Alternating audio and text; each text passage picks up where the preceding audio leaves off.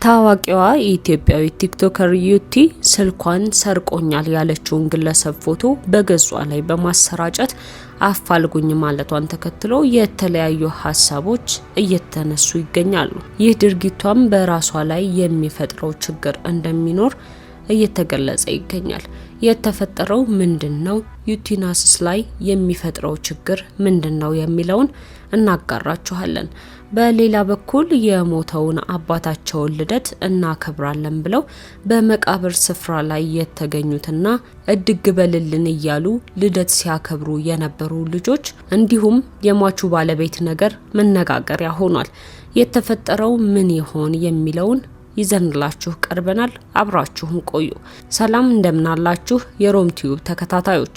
ሮም ቲዩብ አዳዲስና ወቅታዊ ጉዳዮችን ወደ እናንተ ይዘን የምንቀርብበት ቻናል ነው። ሰብስክራይብ፣ ሼር፣ ላይክ እና ኮመንት እያደረጋችሁ አብራችሁን እንድትሆኑ እንጠይቃለን። ወደ ዝግጅቱ እንለፍ።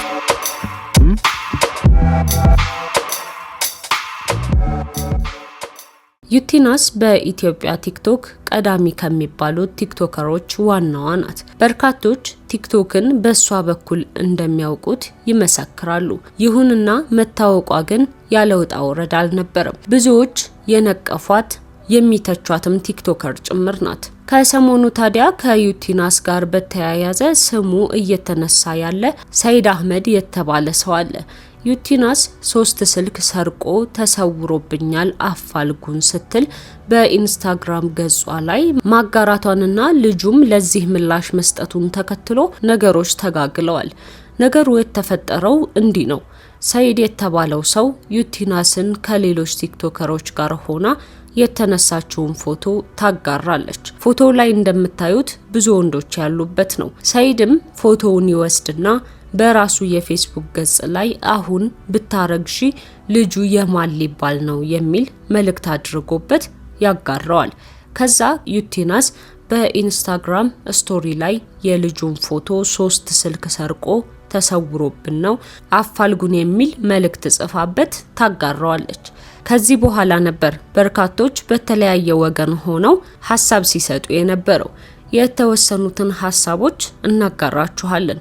የመጀመሪያው በዛሀበሻ በኩል የተጋራው በዩቲናስ በኩል ልጁ ስልክ ሰርቋል ከሚለው ውንጀላ ጋር የተያያዘ ሲሆን እንዲህ ይላል።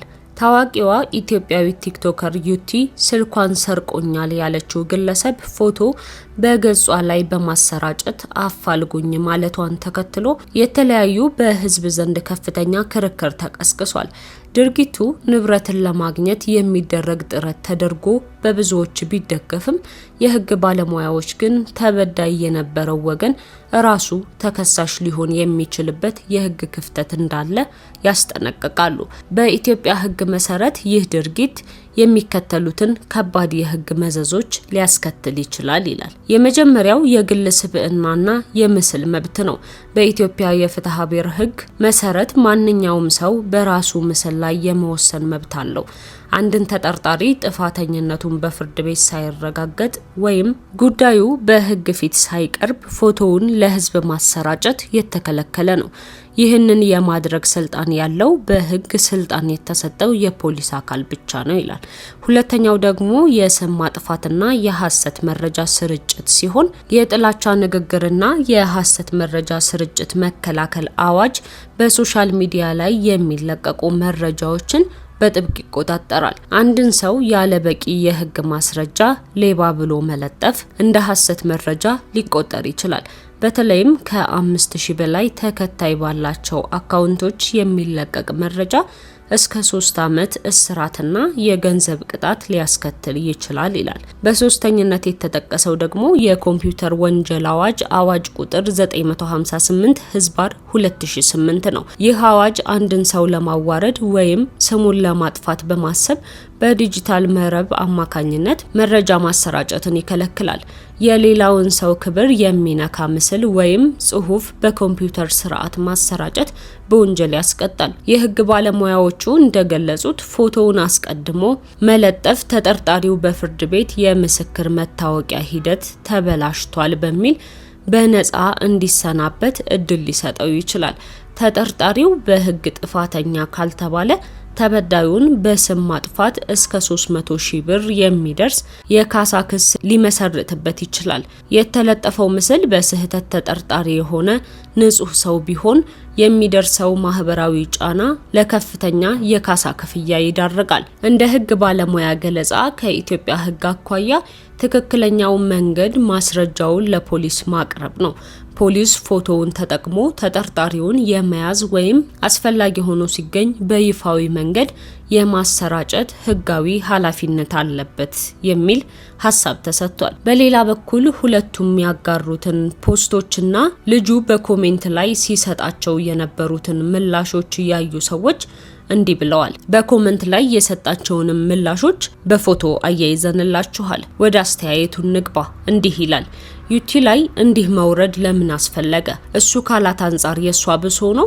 ሁለቱም የጻፉት ነገር ካራክተር አሳሲኔሽን ነው። አንዳቸው ሌላቸውን ተጠያቂ ማድረግ አይችሉም። ነገር ግን የማይነፋ ጭዌ የጀመረው እሱ እንጂ እሷ እንዳልሆነች መረሳት የለበትም። እሷ ላይ አፋችሁን የምትለቁ ሰዎች እህታችሁን እንደዚያ ብሎ ቢፖስት ትቀበሉት ነበር? ብታረግዢ እያሉ መጻፍ በዝሙት መጠርጠር አይደለም እንዴ? በእርግጠኝነት አንቺ ላይ ቢደረግ ኡኡቴ ነበር እና በትውውቅ ፍትህን መደፍጠጥ አስፈላጊ አይመስለኝም ይላል። ሌላኛው አስተያየት ሰጪ ደግሞ ዝሙተኛ ብሎ መወንጀል ነው ወይስ ሌባ ብሎ መወንጀል ለአቅል ከባዱ ወንጀላ ይላል። ዛሬ የተዋለበት አጀንዳ በዩቲናስና በሰኢድ አህመድ መሃል የነበረው የውንጀላ ጉዳይ በቀላሉ አላየሁትም። አብዛኛው የዚህ መንደር ሰው የሰኢድ መነካት ወይም መወንጀል አግባብ አይደለም፣ በህግ ያስጠይቃል ሲልም ሰምቻለሁ። አንድ ትልቅ የሚዲያ ሰው ሆና እንዴት በዚህ ልክ እልህ ተያይዛ ያውም አንድን የተከበረ ሰው በስልክ ስርቆት ትወነጅለዋለች ሲባልም ተውሏል። የሚዲያ ሰው ስንሆን ሁሉም ተነስቶ አፉን ይክፈትብን ማለት ከሆነ ውንጀላን በውንጀላ መመላለስ ችግር የሌለው ግጥሚያ ነው ማለት ነው። ወይ ሲነኩ ዝም ማለት ነው ወይ ሰውን አለመንካት ነው። እርሱ አሁን ተነካሁኝ ብሎ እርሷን እከሳለሁ ሲል የእርሱ የቀድሞ ፖስትና ኮመንት በህግ አግባብ ለምን አትመለከቱትም? የሄደበትን መንገድ እርሷ ስለሄደችበት ከርሱ በላይ ታዋቂ ስለሆነች የእርሷን ስህተት ማጉላት ልክ አይደለም የሚል ሀሳብ ተሰጥቶበታል። ታዲያ ዩቲናስ ፎቶውን ፖስት ካደረገች በኋላ ሌባ አይደለሁም እከሳለሁኝ ሲል ሰኢድ ይህንን ምላሽ ሰጥቶ ነበር። ትልቅ የስም ማጥፋት ወንጀል ስለሆነ ግቦታ ተቀርብና ጉዳዩን እናየዋለን ማለት ነው። ታዲያ ምላሹን ያጋራበትን ቪዲዮ ዩቲናስ ሪፖስት ካደረገችም በኋላ ወደ ህግ ባትሄድ እታዘብሃለሁ የሚል ምላሽን አስቀምጣለታለች። እናንተ ጥፋቱ የማን ነው ብላችሁ ታስባላችሁ? በኮሜንት ላይ አስቀምጡልን። ሌላኛው መረጃ መግቢያ ላይ እንደጠቆምኳችሁ እናት ከሁለት ልጆቿ ጋር ሆና ወደ ባሏ መቃብር በመሄድ አንዷ ልጅ የአባቴ ልደቱ ነው እናክብርለት እያለች ለልደትህ ኬክ ላለመግዛት ሄድክ አይደል እያለች ስትስቅና ከሞተ አመት ባለሞላው አባት መቃብር ስፍራ ላይ እንዲህ አይነት ትዕይንት ሲያሳዩ ተስተውለዋል። አሪዋን ኖ በሉ ኖ አሪስቶኔት የስ በዚህ ጉዳይ ላይም ቪዲዮውን የተመለከቱት በርካታ ሰዎች ሀሳባቸውን ያጋሩ ሲሆን ብዙዎች የአባት መቃብር ስፍራ ላይ ያውም እንደዚህ እየሳቁና የማይሆኑ ነገሮችን እየተናገሩ መታየት በጣም ያሳዝናል ብለዋል። በተቃራኒው ደግሞ ከልባቸው ያለውን ሀዘን ለመደበቅ ያሳዩት ሳቅና ደስታ እንጂ ከልባቸው አይመስልም ሲሉ ሲናገሩ ተሰምተዋል።